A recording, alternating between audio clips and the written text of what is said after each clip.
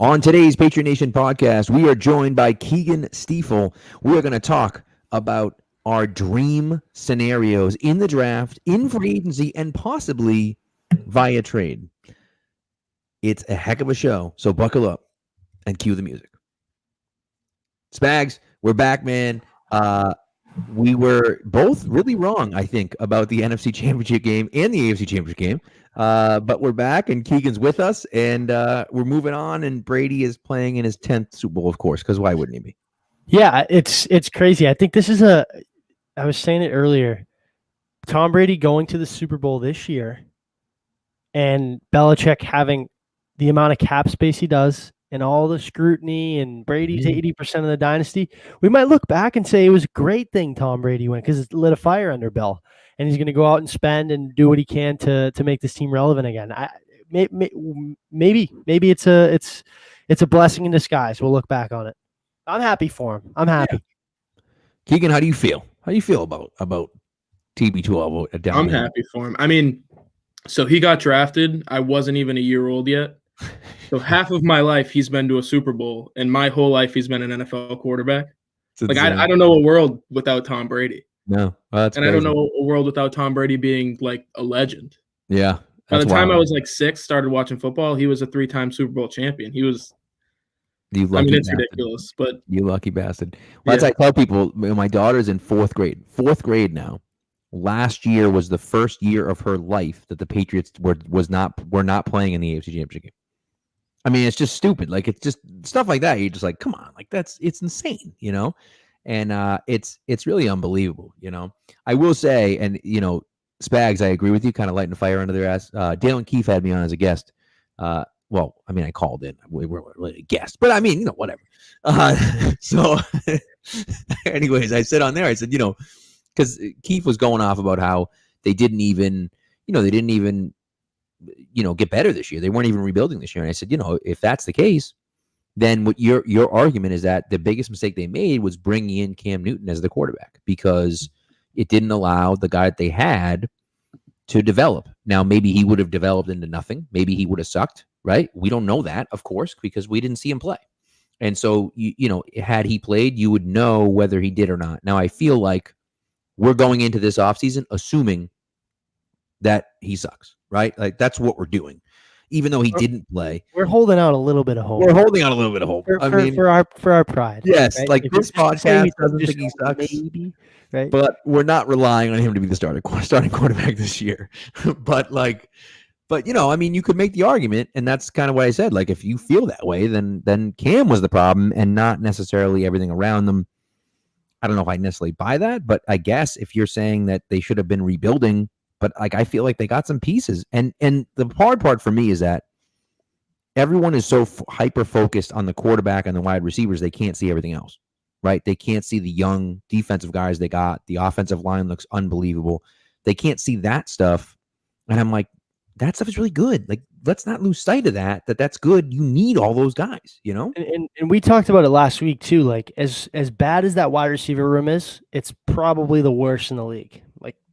Realistically, they're not as far off as you think, right? Like draft one, please inside the top 60. Like whether you take it at 15, you move back, pick up a pick in the 50s, whatever. Right. And sign one, and then you're right back in it. Like you're not rolling out like what the Bucs got, but you have a respectable room, right? Like Jacoby Myers is your 3, N'Keal Harry's a 4, which is sad because he's a first round pick. And then you draft a guy that's ready day one, and you sign a veteran pass catcher that gives you 60 to 70 catches and is a true number 1. And there's so many guys out there. It's a good year to need a wide receiver, I guess. Right, it is. In terms of scheme of, like you said, they're not far off. They have to make the right decision because it's fine and dandy go draft a wide receiver, but if they draft 2 guys in like the 5th round to compete for a number 3 spot, you've got 4 number 3s in your wide receiver room. Right. And then you kind of got to hope that one of the free agent wide receivers falls in your lap, because if they're not aggressive, they're not going to get one of the top 7 free agent wide receivers. Those guys are going to get paid. Chris Godwin's going to get paid. Allen Robinson's going to – those 2 are going to get paid. 24 years old, dude. Yeah. Like, paid. Those two are going to get paid Godwin's 24. big time 24. money. Jesus Christ, dude. And I Give him don't all the know. money. Give him I all don't the know money. All of it. I don't know what the deal is with Allen Robinson, but people don't realize how good he is. And I think NFL teams realize how good he is. Someone's going to throw a bag at Allen Robinson. Yeah, and like people are like, go get him, go get him. That guy spent his entire career without a quarterback. Exactly. And he's going to come to New England who doesn't have one right now. Exactly. Like, unless you go out and they haven't figured out before free agency, which they very well could. But unless you're getting Deshaun Watson or Matthew Stafford that everyone's hyping up, like, I don't think you can sell him on coming here when he could go play with anybody he wants. Like, but him to the he's Packers also- makes so much sense. he's Imagine also him and coming- Devontae. Oh my God, dude, that'd be unfair. He's also coming here with Belichick. He knows that Belichick is in the process of rebuilding things, so he's going to try to find someone. The issue that I have with Allen Robinson is that the offense, outside of 2 years with Randy Moss, has never ran with like that true outside number one. It just doesn't run that way. So like, I don't know if it's worth paying all that money for Allen Robinson when we don't use him the way other teams would. He'd be amazing. And I think he's supremely underrated by people that are not associated with the NFL. And so I think he'd be a great player here. But I just don't know if it's worth spending all that money on a guy who, yes, will be the focal point of your offense, but like, does your offense really run that way where you're pushing it outside the boundaries? You know, I don't think that that's the case unless they're going to change the offense, which it seems to me like, why would they do that this far along? And let's get into. Go ahead, Keegan. Sorry. Right. I was going to say they had such a chance to change that offense last year. Right. The perfect chance to completely, I wrote something about like the Perkins Earhart system this year when Ray Perkins died. They had a chance to kind of go away from the 1980s and 1990s, and they refused to do it. They had Cam Newton at quarterback, and they ran him like 4 times a game. I would have ran him 15 times a game. Right. That's just me. If they're not going to change with Cam Newton at quarterback, they're not going to change with anybody at quarterback. Yeah. So. And let's get on that too with the quarterback situation, because obviously, the Niners reportedly have an inside edge on Stafford, and I think that makes a lot of sense for Shanahan and for them to kind of move on. It's a similar contract to what Jimmy G is, so I don't think it affects their cap too much. And I'm not a math guy, so I'm sure it does in some way. But you get you catch my drift. Jimmy G, like who realistically out there, and they can certainly address it through the draft.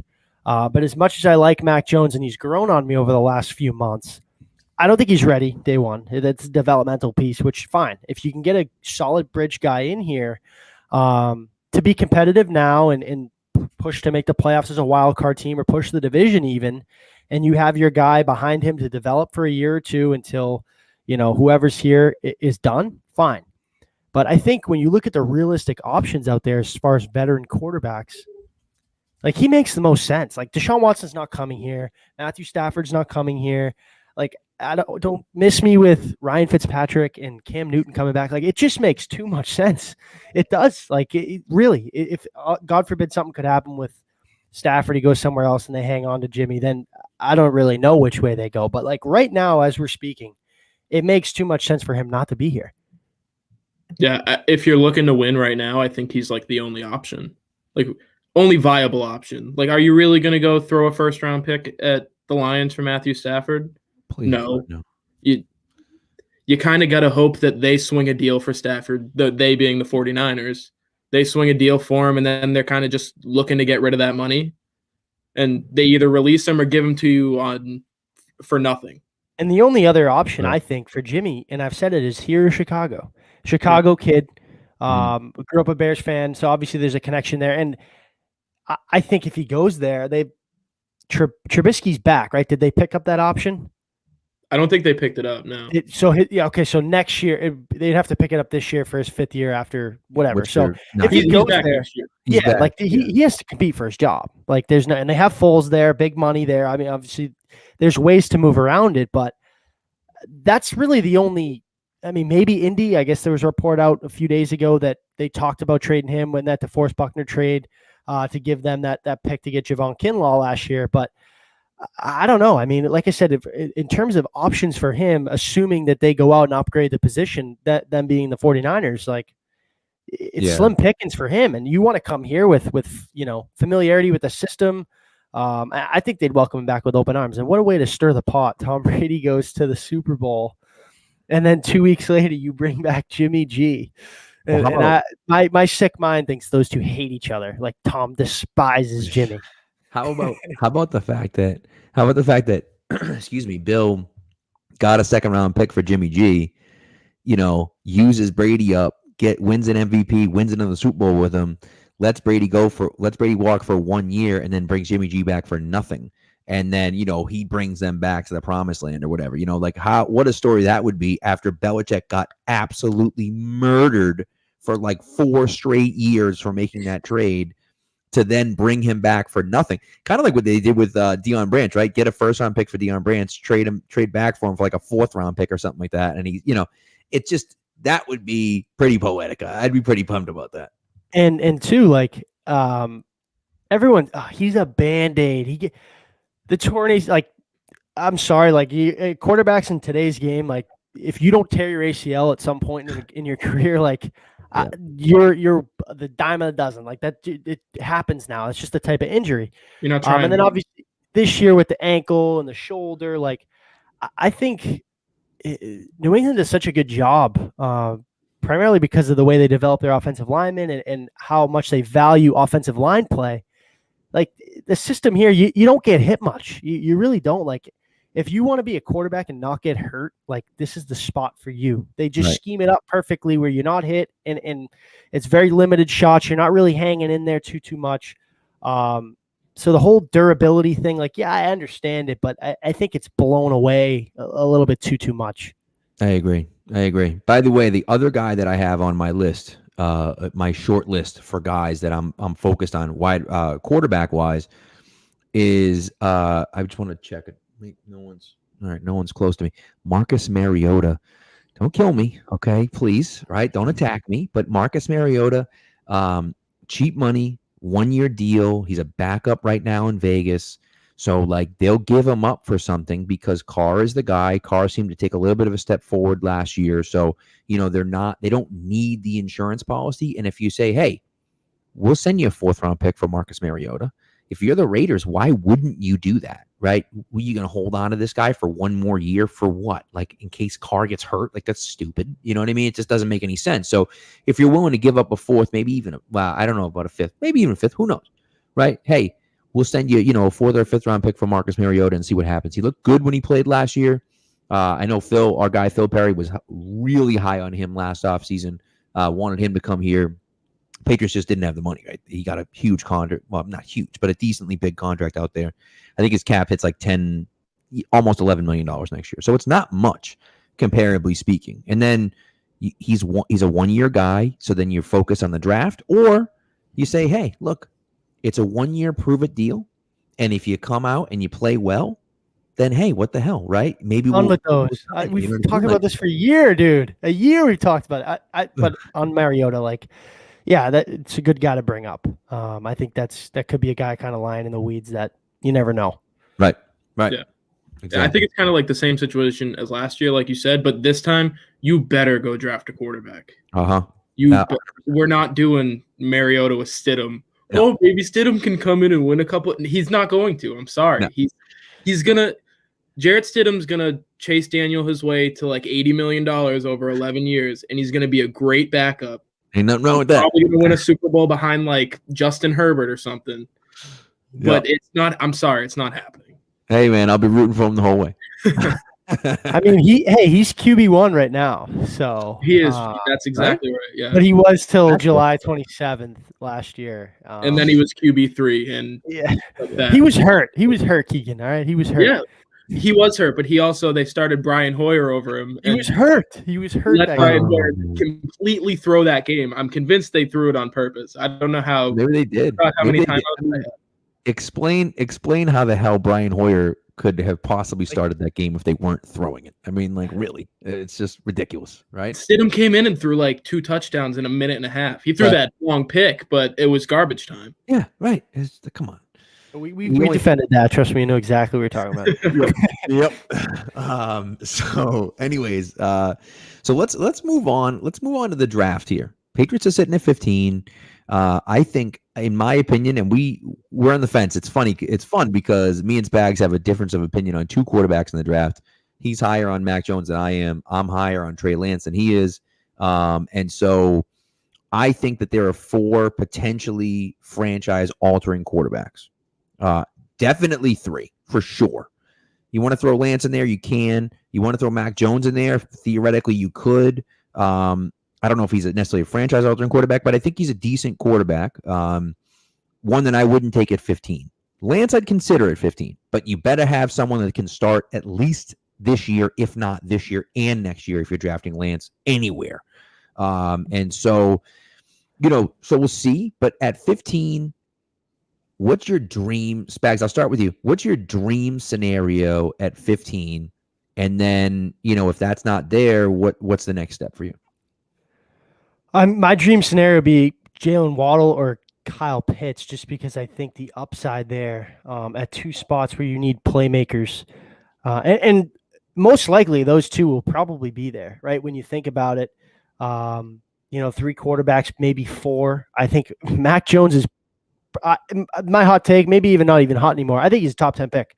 I really do. I think he slides his way in the top 10 pick. There could be 4 or 5 quarterbacks in the top 10, right? So you got a Penny Sewell, and Chase Smith, like Pitts or Waddle will most likely be there at 15.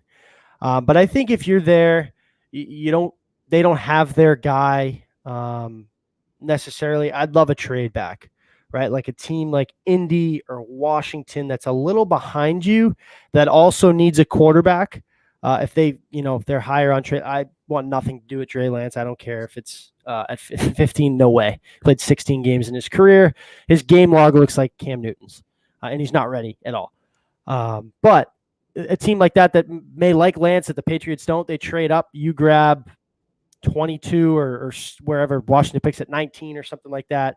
You pick up an extra third. You have cream of the crop. You pick end of the first, middle second, somewhere in the 60s, then 96. You have 4 or 5 picks on day 2, where I think you can get a lot of value and a lot of holes that you need. So I think we talked about it too, Pat, when I just gave you a call. Like, I think the most sense is crazy. The highest they've picked since Gerard Mayo. Right. Most sense is to trade back, just because they lost that freaking 3rd round pick, and they're kind of in the same situation as last year, where they picked at 23, 87, right? Yeah. So it just makes so much sense. But like I said, there's going to be so much talent there at one of the spots. You need Micah Parsons, potentially, like a stud edge, Kwity Paye, Gregory Rousseau. It'll be tough to pass on that talent, but if you can load up and grab a bulk of picks for day 2, I'm okay with that too. Right. Go ahead. Everything you just said is kind of like where I'm thinking. The dream scenario for me is Kyle Pitts, just because I, maybe more than other people, think that tight end room stinks. That's like Devin Asiasi had a good week 17. That's a bad tight end room. I think Ryan Izzo is one of the worst tight ends in the league. I think Dalton Keene is a fullback. He's an H-back. He's not a tight end. I'll use check in the 3rd round, but that made sense, right? Yeah. I tweeted about it. I was convinced that he was going to be there, Kyle. I thought McDaniels was going to change the offense. He didn't. Whatever. Those two aren't NFL caliber tight ends. They're just not. We know they're not. Asiasi looks like a really good backup at his peak, I think. Like, that's what I see. You get Kyle Pitts and you transform not just your tight end room, but your receiver room, because he can play receiver too. He's what I think of when I see him is what the Raiders have in Darren Waller. If you take Darren Waller out of that offense, that is not a good receiving core. Like, Nelson Aguilar is kind of your best receiver, but you put Waller in and it bumps everybody down a peg. Everybody kind of slides into their natural spot. I think that's what Pitts can do for the Patriots. But if he's not there and Jalen Waddle's not there, I think you trade back too. And the two scenarios that work in my head the most are Miami and Jacksonville. They both have multiple 1st and 2nd round picks. I think Jacksonville is going to be – I think they're going to be looking to move back up into the 1st round. I think they want 3 first-rounders. So say they give up both their 2s for number 15. They've got, 1, 15, and like 20, 24.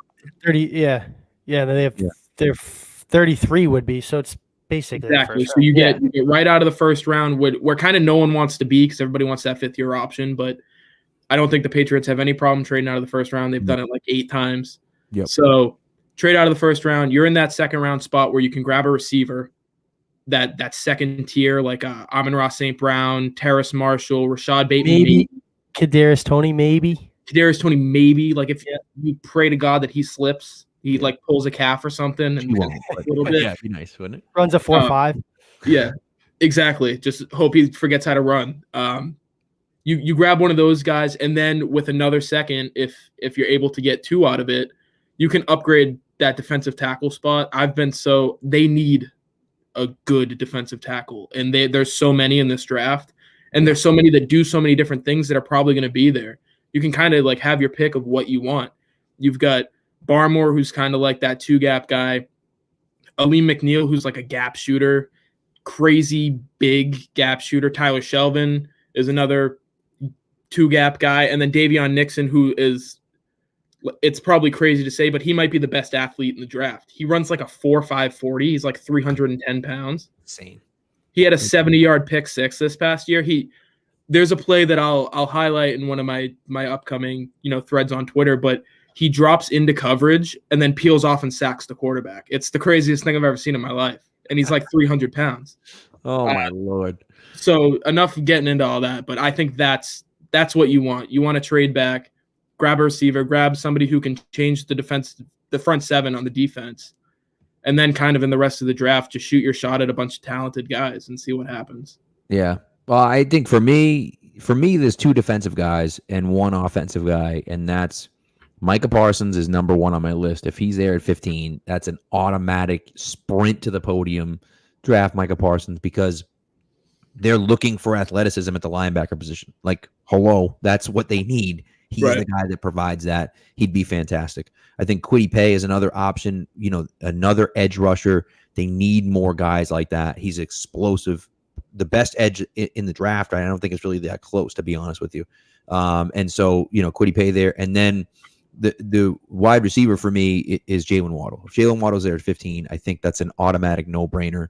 You have to take him. And I think all those guys, at least one of those guys will be there. Like they should. And that's what I think. And I think the Kyle Pitts thing makes sense too. The other guy for me, I love Trey Lance, and I know Spags hates him.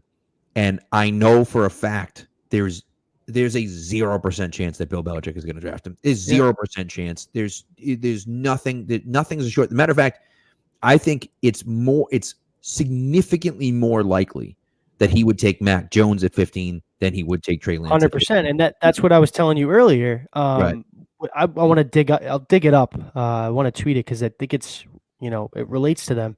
Since 11, when they drafted Ryan Mallett in the 3rd round, Brady was 35 or 34 at that time. And obviously didn't know the longevity, right? Like no one would have predicted this. They drafted Ryan Mallett, who was a 3-year starter, played at Michigan, sat out a year, played 2 years at Arkansas. Next was Jimmy G, I believe, a 3-year starter. Jacoby Brissett, the next year, 3rd round. Played for 2 years in the ACC, senior. Then Etling, LOL. And then Stidham, right? Another senior, 3 years of college experience at a big-time school. Right. It's obvious, and I know it helps when you had Tom Brady, but I think of those guys picked, like, especially Jimmy, I think at Mallett maybe, and Stidham, I guess you could argue too, were potential successor plans. And you see how much Belichick values experience and age at that position, someone that played at a big-time school that has a lot of experience in big-time games. That's why I think Mac Jones is very intriguing to them because they'll probably be in a spot to take him. And I want to get into him too. Like at 15, it's so interesting, and I truly think I think he goes before Trey Lance just because of the year he's had and the week he's having in the Senior Bowl. Even though I think he got a little banged up today, got like a stinger on his foot. Yeah, he got stepped on. But I think that's a guy we see a quarterback every year, and obviously Joe Burrows was like insane. We'll probably never see that, but there's always a quarterback in there that's somewhere in the 2 to 4 range, whoever ranks him. That just seemingly has their stock rise as the draft approaches. And I think he's a prime example of that. And with Trey Lance not playing this year, being a 1-year starter at D1, AA school, it's hard to pass on Mac Jones over him. I know the athleticism and the upside on Lance might be extremely higher. But I think when you're looking at a Patriots scheme of things, Mac Jones is the perfect fit. But is the question is that a good value pick at 15 when he's probably not ready there and you have a lot of holes and you can upgrade it at that spot? Yeah, you said it earlier about like how 5 of them might go in the top 10. I think somebody's going to take a chance on Jones. I don't know if it's the Patriots. I think somebody's going to fall in love with Trey Lance and they're going to take him way too high. And I think it's kind of it's going to not be good for him.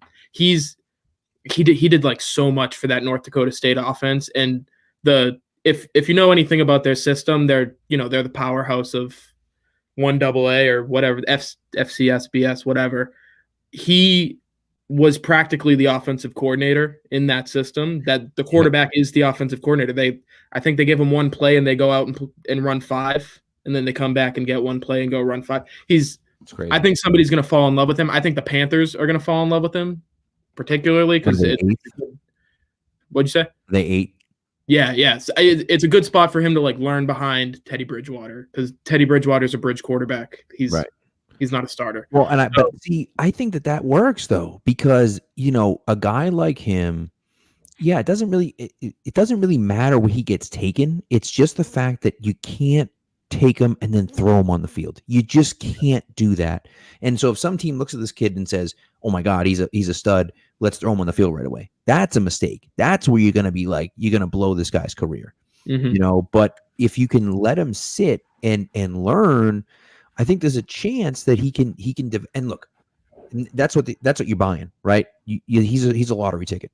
He is the guy that you're like, hey, man, we're going to buy this and we're going to see what happens, and this kid could be Josh Allen. Yeah, right. He's that good. He's got the arm talent. He's got the mobility. He could be Josh Allen, 2020 Josh Allen, and he leads us to a Super Bowl and plays almost at an MVP level and does that for 10 years. Like he could be that guy. He could also be a bust and be terrible. And so we just haven't seen enough of him. So we don't know. But that's what you're buying. And I think at that spot, if you're a team like that and you're willing to do it, screw it. Like, do it. Bill's not going to do that. He's never going to do that.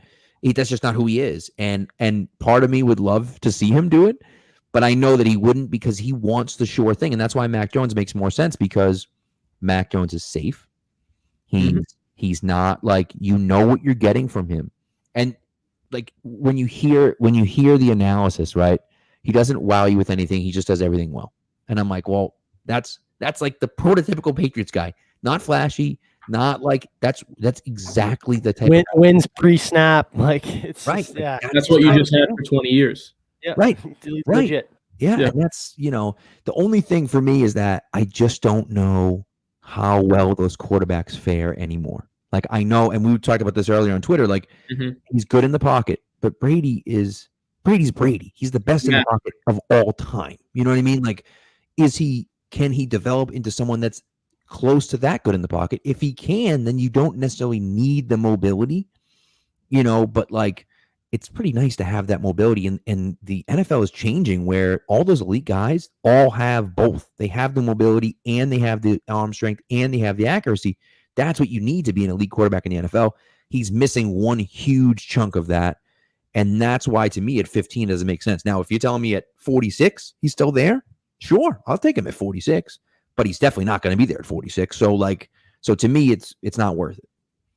I think those outside the 3, right? Wilson, Lawrence, Fields, right? Jones and Lance, I think are shoe-ins for top 15 picks, obviously, but they need to take, and we talked about it with Brad, kind of that Patrick Mahomes route where you sit for 15 weeks, maybe you mix in a start to the back end of the year, whether you're out of it or, you need a little bit of a spark in there just to get their feet wet before year 2 where you expect them to really take that jump and kind of take the reins. That's why it's a head scratcher for the Patriots, because it's like they should have their quarterback figured out by the draft. I hope. Right. You're gonna have to. You have to. Do you love Mac Jones enough to be like, yes, he's our guy. We're gonna have him sit for a year, even 2, and miss taking an extremely valuable talent at 15. That that can also fill some holes for you this year and beyond. So it's interesting. I don't know. I mean, 15 for me, it's just not the spot for him. It's just not where he's, I think if somebody takes him early and they want to start him right away, like, all the power to you. You believe in this kid. You want him to be your franchise quarterback. Go ahead and let him be your franchise quarterback. If the Patriots take him, it's, well, we're probably going to sign somebody off the street. You can learn behind somebody, kind of learn with them. You can learn the system with them, not behind them. They don't have anybody to teach him the system right now. I mean, Stidham, but Right. They don't have if you go back to the Mahomes analogy, they don't have an Alex Smith for him to learn behind. Right. So I think what I've been saying, I think the best spot for him is late first round. You've got the Colts, who have Jacoby Brissett if they want to re-sign him. He knows the system. He can learn behind him for a year and then kind of go for it after that. Or the Steelers, who Big Ben wants to come back. He wants to restructure his contract. And if he does, it's going to be a 1-year thing. They're not going to give him multiple years. So have him come back, have this kid learn behind him. Very similar in terms of, cerebral before the snap, accurate. Not so much anymore for Big Ben, but accurate and kind of wins before the snap and wins inside the pocket. Right. So I think those are the spots. The Patriots, it's not a fit. Yeah. To me, if I'm drafting for the Patriots, Right. that's not the spot. Right. And also, you're not drafting him, like you said, you're not drafting him as your franchise quarterback to start right away, because you have to address the quarterback spot before the draft. You can't rely at 15 that you're going to get the next guy. You just can't. Even if your guy is Mac Jones, what if he goes in the top 10? He could, and then you're screwed. Right. And you can't go into the draft with that. You're going to have to do something in free agency. And then if you do something in free agency, you're not giving the keys to him. Now, with that being said, if someone like Wilson or Fields drops to 10 and you have an opportunity to trade up for him, then you do it. Even if you brought someone in, it doesn't matter at that point because the guy is so talented that it makes no difference. Never going to happen, of course. But like if it did, then you'd have to go up and get the guy. But you're not drafting Mac Jones at 15 if you bring someone like Jimmy G in, because it just doesn't make sense to do that. I've always said too, for like the last month and a half, if you told me what you think the Patriots are doing at quarterback, like, you're lying. You have no idea. I wonder now what their plans are. It's so interesting, and maybe they still don't know, right? Like they probably are waiting for some chips to fall on some of these veterans, and kind of go through the pre-draft process with some of these prospects. But it could go so many different ways. Like, well, I think the just want to know. I'm so done with it's gonna be patient. I know, but damn it, just let me know who the quarterback is. The two dominoes at the fall are Stafford, of course, and then Watson. Like, the question is Watson going to get dealt? Because it seems like they're going to have to move him because he's not going to play there, right? He still hasn't talked to Patricia, to Caserio. Like, he hasn't talked to the head coach. Like, he's done. He's not coming. And so maybe he'll sit out, maybe he'll whatever. But if you're the Texans, like, I don't know, if someone's going to throw you a crazy offer, like, I think you kind of have to take it at this point. If he's that upset that he's not going to play for you, I mean, if the Jets offer you 2 and 24 and their first round pick next year, I mean, you kind of have to take that, right? Because, and then at 2, you draft, whether it's Wilson or Fields, whoever you prefer, and you have your franchise quarterback again. Now, clearly they're not as good as Deshaun Watson, or, well, maybe they will be, but they're not as good as Deshaun Watson yet. The Texans. Well, and so, yeah, because they're drafting in the second, the third round? Do they even have a second round pick? I mean, they have nothing. They have a third round pick. That's the other part of it too, is like, it's irrelevant for you. Like, you have nothing. You have nothing. You have no assets. Like, when I heard Caserio going there, I'm like, what the hell is he doing? You got no assets. You got no offense. You got, like, what the hell? Like, what is the benefit of going to Houston? I thought it's a good time for Deshaun to request a trade, because it's like they need picks. Like, I can get out of here and they can. Well, that's why you trade him, and all of a sudden you end up with, and say you even get a third. Say they offer you 2, 24, their third round pick and their first round pick next year. I think that's reasonable for the Jets. And if I'm Houston, I do it. I do it because then you can get the next guy. If you believe in one of those quarterbacks, whether it be Fields or Wilson, whoever it is that you believe in, if you believe in one of those guys, you make that trade because you have nothing right now. If he goes to Miami, like they're Pretty scary. they're pushing Kansas City. I'm sorry, like They're a that Super team's Bowl contender. loaded. Oh yeah, like probably better than the Bills in my opinion. Like they're a quarterback away. If You see how well they they are on defense. and hit on one of the 5 picks they have in the top 50. Right. Now, of course, I mean, they're trading a bunch of those away to get him. Right. But even still, so you'd say you trade 3 of those, you still get 2 of them. Mm-hmm. You know what I mean? So you got, you have You an have to opportunity to hit on something. It's interesting. Would they include do you include if you get Watson, you probably have to include Tua. Right. But then you're getting the 3 pick. So it's like, does Tua get dealt again? Do they That's not? why Miami doesn't make sense. Miami doesn't make sense because of that, or Miami says, okay, Tua's not in the deal, and then they move Tua to someone else. Mm-hmm. Similar to what they did with Josh Rosen in Arizona, where you say, hey, look, we're moving on with Deshaun Watson. We love you, love you, mean it, as Felger would say, love you, mean it, but we'll see you later. You know what I mean? He'll never come here because why help a team that kicked your ass for 20 years?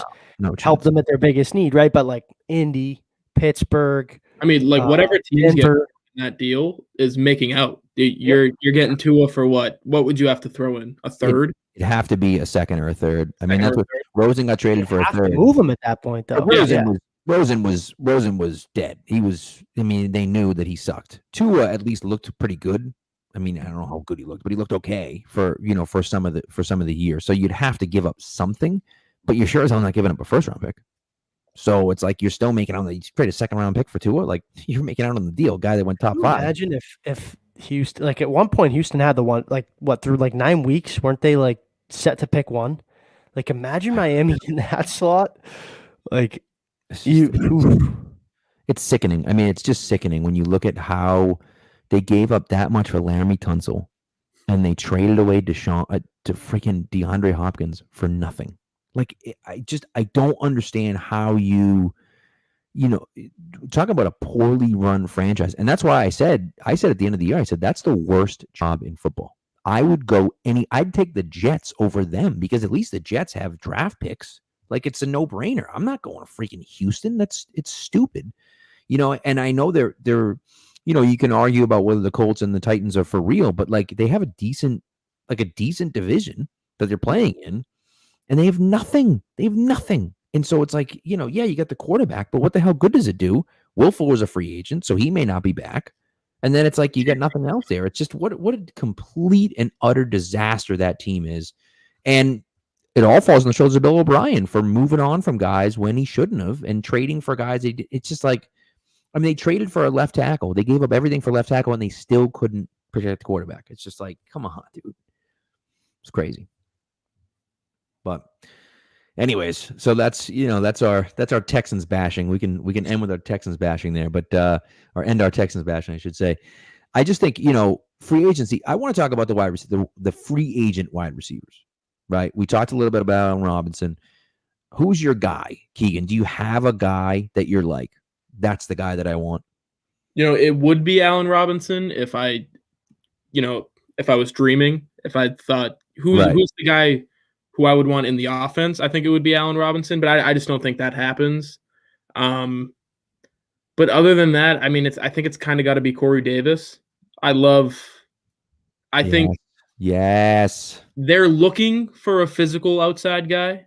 They thought they were going to get it with N'Keal Harry. They haven't. Not that I think it's N'Keal Harry's fault. Like we could get into that, but Jesus, Josh McDaniels. Yeah. So do you want Corey Davis in the offense, or are they just going to do to him what they've done to N'Keal Harry? So it's kind of I stray away from those guys usually, but I think Corey Davis is out of the options, out of who you'd be willing to pay. I think he's the guy. For me, it's Curtis Samuel. I think it's a little bit. I don't want to say cheap, but it's he's not demanding top of the market like Allen Robinson or Chris Godwin or even Juju or guys like that. You talk about Davis and what he can bring and kind of what they're looking for. Samuel can line up all over the place. I mean, jet sweeps and line up in the backfield and, really dominate in between the numbers. I think that's a guy that they'd have a lot of fun with. They lack speed and a lot of, versatility at that spot. I think, like I said earlier, at the wide receiver position, they're horrible right now, but they're 1-1 away from being, 1-1 being sign one and draft one too. An impact guy right away that can come in and play. I think if you get Samuel, it's maybe not the sexiest pick like some of those top guys, but I think you can get him on a relatively, cheaper deal than what those top guys are demanding. And like I said, draft one and ready to roll. You got Jacoby as your 3. Maybe you bring Damiere Byrd back. You still have Nikhil. Yeah. So you're working with something there. It's funny because Corey Davis was my guy going into the year. He had torched Gilmore a few times. Tennessee had never really used him, so he was just kind of like there, and everyone said this guy sucks. He's a bust. And then Tennessee used him like crazy this year, and he looked great. And I'm like, thanks a lot, freaking Tennessee. Like, could have had him for nothing, But I still think he's one of the lower guys on there. A guy that I have my eye on, and Spags mentioned him, is Juju. And the reason why I have my eye on him is because now everyone shitted on him this year, but he had like 96 catches this year. Like he turned into the third. He was there. 96 catches for 220 yards. Hey, listen, man. So, but this is my thing with him, right? I think he's a good wide receiver. If he's demanding top of the market wide receiver money, then hell no. But with his drop off in play and the fact that he was passed by a few other guys, and then also the fact that people look at the stupid TikTok crap, I think is overblown. But if you look at that and you say we don't want that type of crap on our team, and his price starts going down a little bit, and he doesn't have the options, and you're able to bring him in on a fairly, again, you're not going to get him for nothing, but if you're able to bring him in on a fairly cheap deal, he's young as hell too, man. He's like 22, 23, something stupid. He's like 24, I think. I mean, it's stupid. He might even be 23. You might be right. It's dumb how young he is.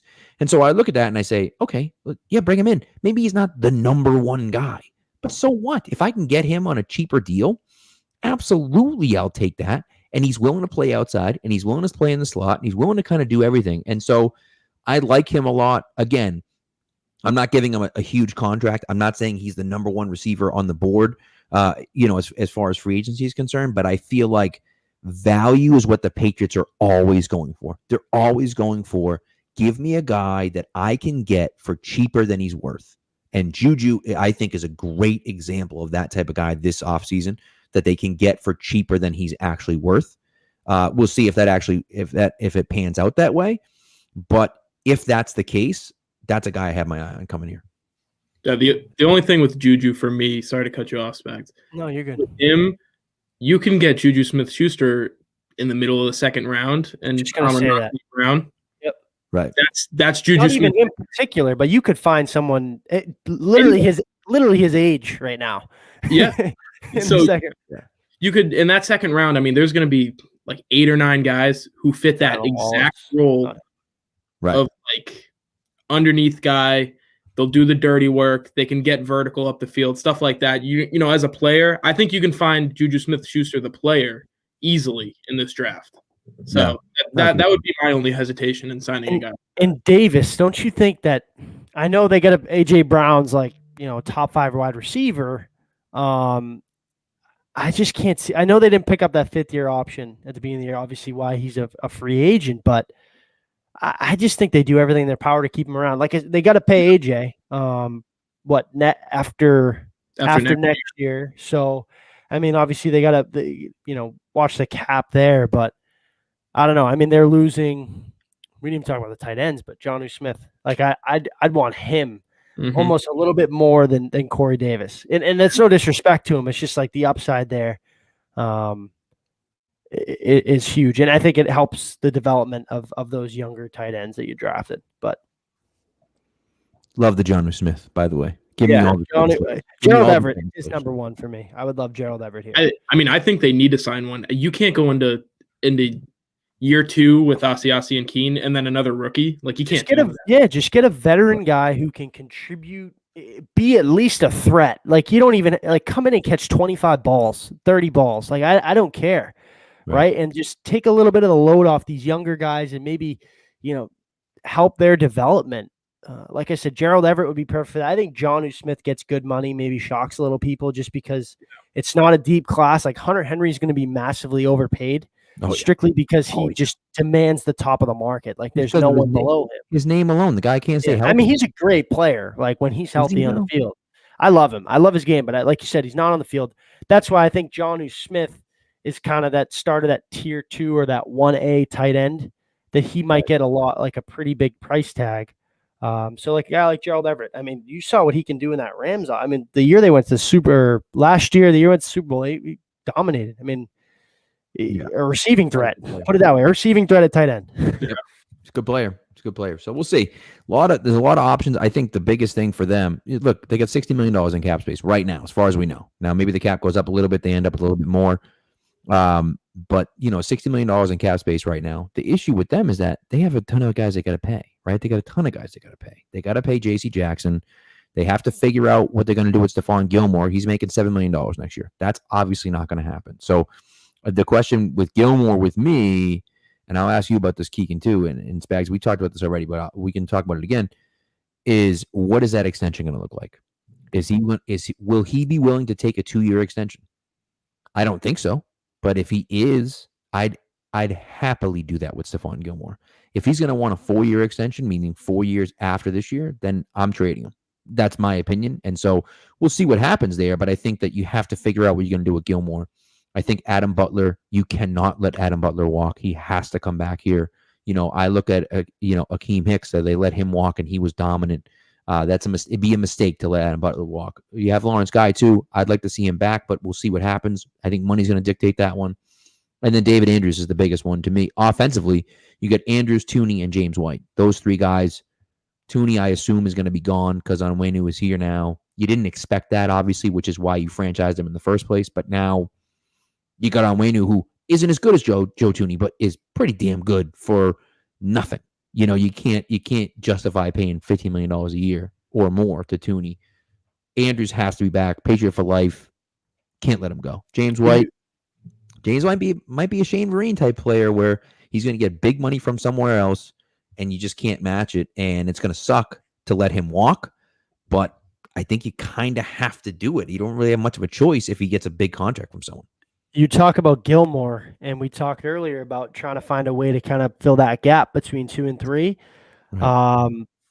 You can potentially do that without trading 15, right? And then, do you draft Patrick Surtain there? Right. Like a lock, best corner of the draft, best cover guy in the draft. So there's a bunch of options. Like we could get into that too, but I think that's another option for them to, someone who trades for Gilmore probably wants an extension in place, and I'm sure they will. But I mean, there's a second, maybe if they trade him for a third, it's like, you could pick a second right there, and there's your gap, right? Like you get 15, 46, and somewhere in the 50s, if considering where it goes. But that's another way they can fill a little bit of the gap on day 2. Yeah, I mean, in terms of the Gilmore thing, and on the Patriots end, they kind of can't lose in that situation to me. You're paying him $7 million. He's not going to play for $7 million. Right. He just won't do it. We saw it last year where he mysteriously didn't show up to training camp for a few days and then got this big or pay raise or advance, whatever it was, out of nowhere. That didn't accidentally happen, Yeah, that was intentional. Right. I mean, if they don't want to give him the extension, which it's a 32-year-old cornerback. What was the last good 32-year-old cornerback? I mean, if they don't want to give him that, which I don't know if they will or not, they have plenty of options. Right. When it comes to what they can do with him. And I think, like you said, they're not going to trade him for a third rounder, but anything in the top 60, I think they'll entertain. Yeah, and it makes sense. I mean, he'll be 31 at the start of the year. So you look at 31, if you sign him for 4 more years after that, you're talking about him playing till 35 and he's getting top of the market money till then. You just simply cannot do that. And he might be looking for that. And if he is, I don't necessarily blame him. I was gonna say he deserves every penny, man. Like, Yeah. Oh, go yeah. get your bag. Go get your And bag. so, but as when you're looking at it, if you're the Patriots, you can't justify that. Like I said, 2 years after this year, I'm down. I'm down for it 100%. But, once you start getting into 4 years after this year, then that's where you lose me, I can't see him sign and like we said, he's such a low key guy. He could love it here, and we don't know. Right. But these guys, I mean, obviously he hit free agency and signed a pretty decent ticket. Right, like Right away. immediately. First And day one, yeah. that was Belichick again getting kind of like paying top dollar at the time for a corner, and then you see these Ramsey and these Byron Jones contracts, like just so he's underpaid. When at the time he was like, everyone's like, this is so big. So technically, like, you wait all your career, and this is his last chance at kind of cashing in at a big payday. Right. So it makes sense for him to want to entertain, a trade or a sign and trade type thing where he can get some security there long term. Yeah. I think of like the Darrelle Revis situation where you had Darrelle Revis and he was coming up.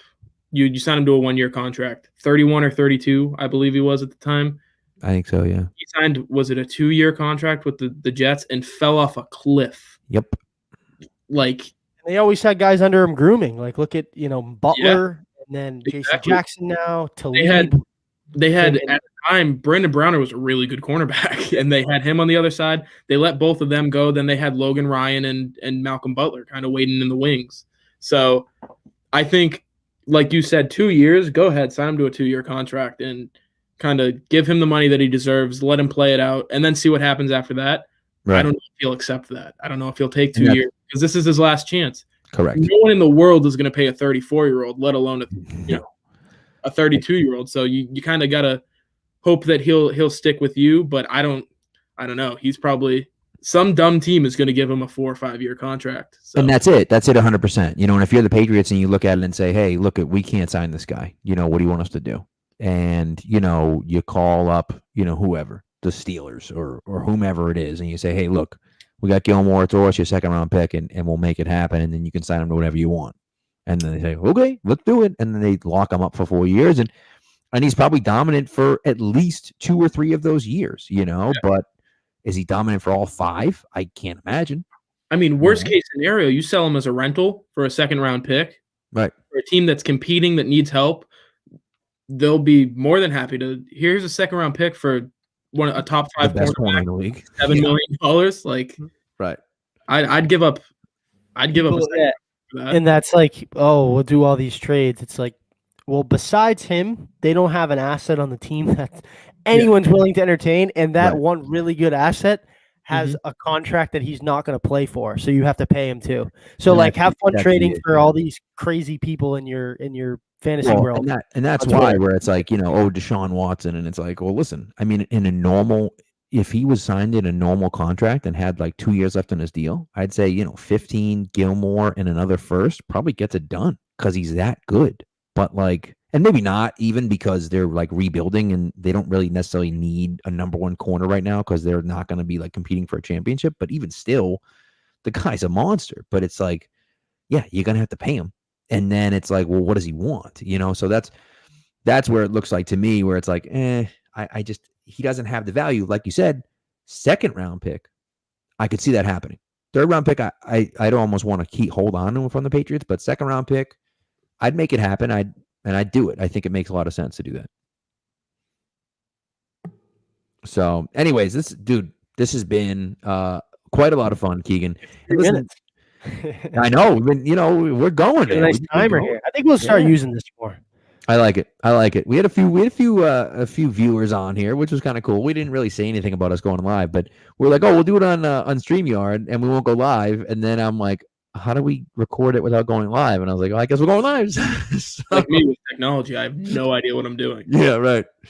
So we'll figure it out as we get here eventually, But it was fun. It was a lot of fun. And Keagan, you and Spags, man, had, dude, you guys with the freaking prospect, Excel spreadsheet, unbelievable. The amount of work that went into that, unbelievable. You guys got a shout out. He crushed it because I brought it up to him in like September and kind of built it out. and I logged in, and I'm watching, right? But I'm the type of person like I just watch and be a sponge, and then I just like as soon as I know the Patriots season's over or whatever, like then I'll really dive into it. I logged in one day. This kid had all the tight ends, all the quarterbacks, wide receivers ranked, and then we kind of divvied it up. But props to him, killed it. Yeah. When I first talked to Bernd about like, hey, what can I do? Can I do anything? He was like, I know you said you like draft stuff, but it's kind of all taken care of. We've got a lot of guys who like to do draft stuff. And Spags gave me this idea, and I was like, I'm running with it. Yeah. I'm just gonna shove everything in my brain onto this Excel. Well, and listen, there is no. And if you haven't seen Keagan, I meant to text you. So breaking news here. I put Mac Jones ahead of Trey Lance on that.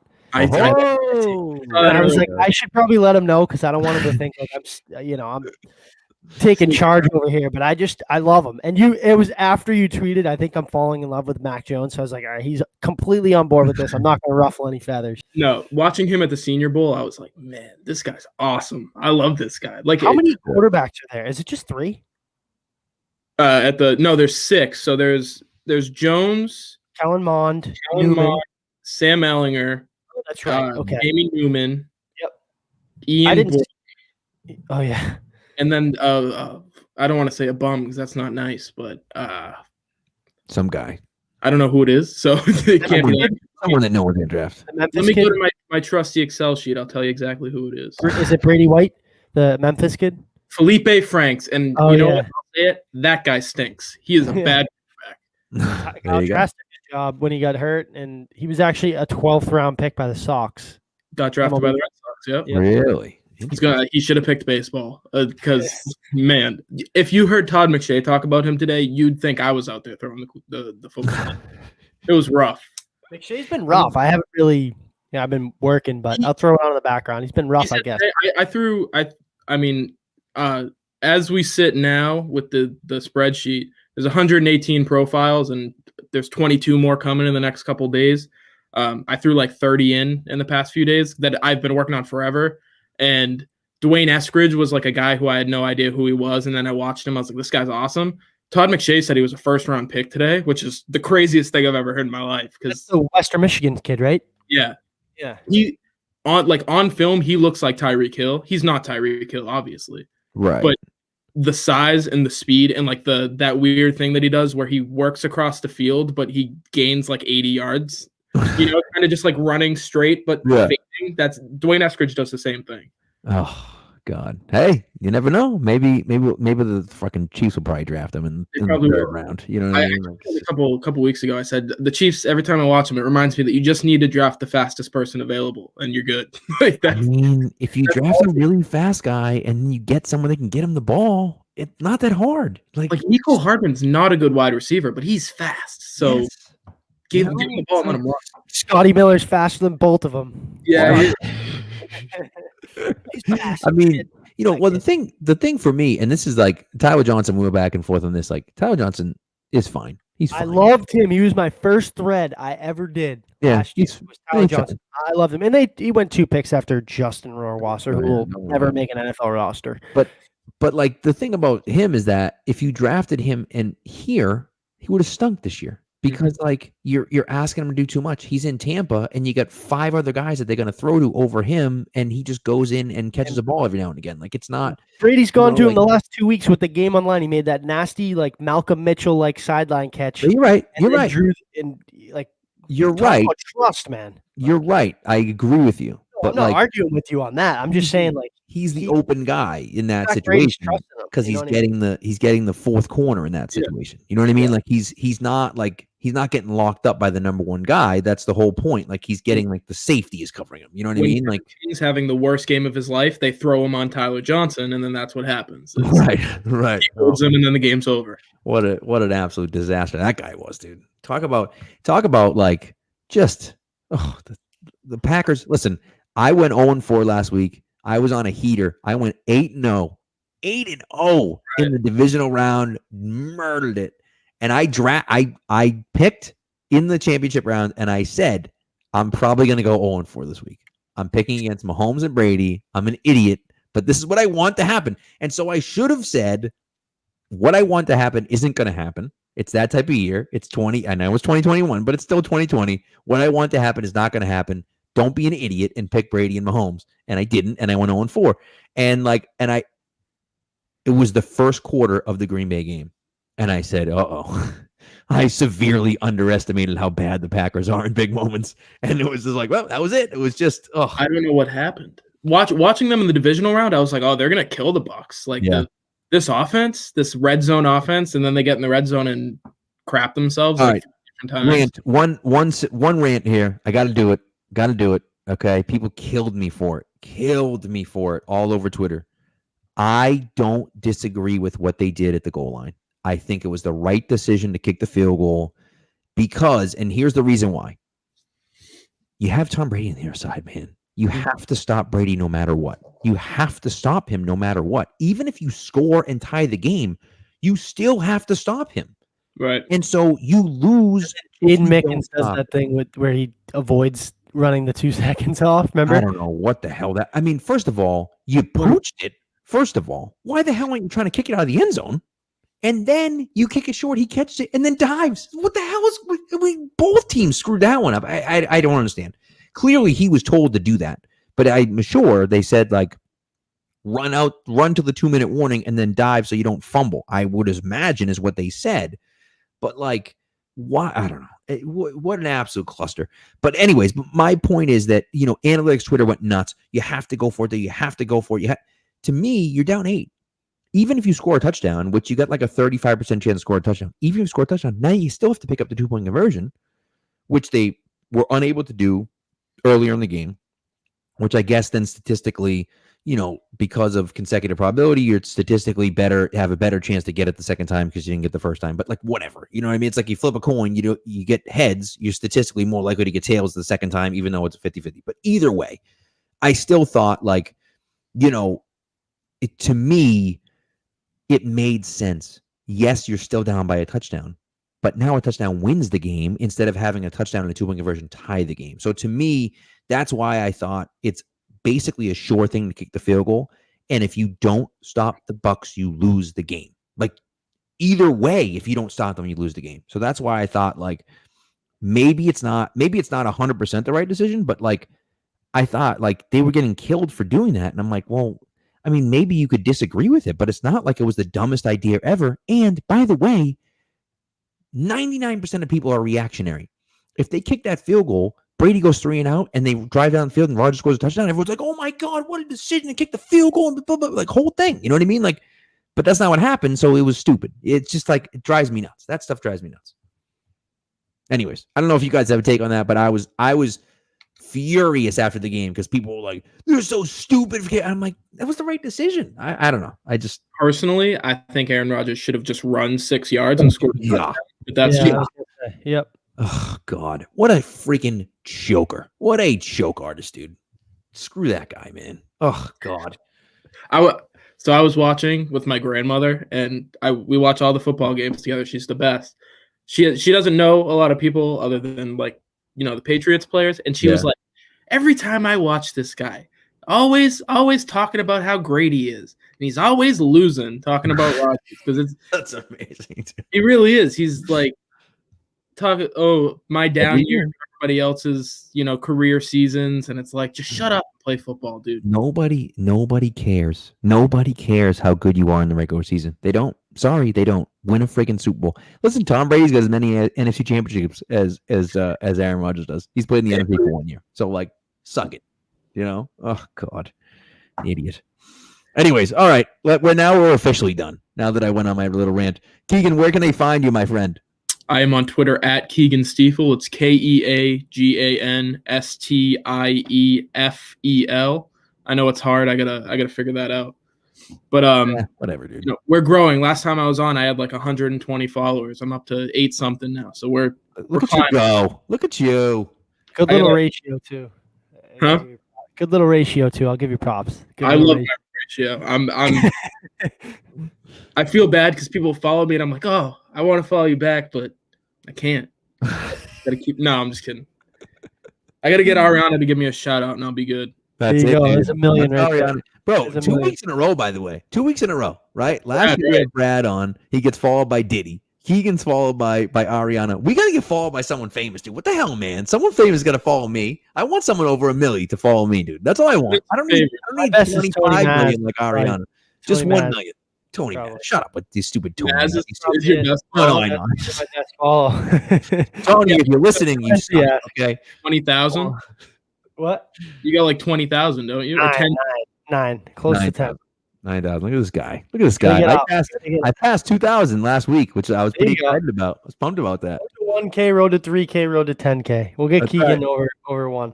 That's That's right. Hey, cool. man, that's what you got to do. Get that draft bump. Listen, once draft season comes, once draft season gets in full swing, and we're doing the full Pat's Pulpit swing, you get over that 1K bump for sure. You know, it's not every time Pat's Pulpit retweets me, I'll get like 1 or 2. Yeah. And then Fitzy like gave me a shout out on I got like 48 followers. Oh, this is great. This is awesome. Dude, There you go. what put me over 2,000 was some guy. I tweeted something out about. I had 2 days in a row where I had two tweet that got over 1,000 likes and like a ridiculous amount of impressions. And one guy who's just like a random dude, good guy that I follow. I forget his name, dude. He's a nice guy that I follow, but he has like 400 followers. Like it's not like anything crazy, but he's like, this is why the only followers you need are Pat Lane, Matt Chatham, and Pat's Cap. And that was it. He just like, that's what he wrote. And then Chatham retweeted it and Pat's Cap retweeted it. Miguel retweeted it. And it was like, I got like 60 followers from that. I'm like, Hey, thank you. I was like, this guy who's like a nobody, but nice guy, but like not like, he's not like a big J journalist or anything like that. He's just like a random fan on Twitter. And I was like, let's go, dude. Like that's, it was dope. And that I'm like, that's cool, So, but yeah, that one put me over the 2,000 marks. I was like, hey, yeah, that's pretty cool. Small goals. I want this person to follow me. No, Pat's Cap. He's like number 1 on my list right now. Bro, Yeah. Miguel, that guy, man. I don't know how does he not get paid $100,000 a year to do that, dude? It's unbelievable, man. He deserves it. He's better than what Spot Track had it, and he's like, this is salary game. They're like, well, Spot Track has it at this, and he's like, dude, I'm right. And then Spot Track comes out like a few days later, and they're like, they can't actually this one. Like, dude, the guy's unbelievable. There's no one on Patriots Twitter who does their job better than him. Not even like the journalists. Like, right. No one. Bro, the guy is the Tom Brady of the salary cap. Yeah, it's unreal. So, anyways, all right, we're over an hour and we're almost an hour and 10 minutes here, but we've been enjoying ourselves. So it's been fun. Keagan, we're gonna have to have you on again as the postseason, as the off season continues. We have our little our off season goals going and whatnot. So it should be fun. So we'll have you again. We appreciate it. And and keep, man, all you need, just get one Ariana retweet, man. That's it. One Ariana retweet and boom, you'll be golden. I'm scared to slide in the DMs because she's just gonna block me immediately. So. Yeah, avoid that at all costs. Yeah. Hey, listen, get a little glow up and then slide in the DM, see what happens. You never know. So you don't want that unfollow though. What do you say? I said I can't risk losing the header. The Ariana Grande follows you. That's it. Well, listen, you could leave the header. It's still a picture, like even if it's not true anymore. Yeah. She did follow you at one time, even if she unfollows you. So, anyways, thanks, guys. Thanks for listening. We got way off the rails at the end of this one, but it was fun. So we'll talk to you guys next week. All right. Thanks, boys.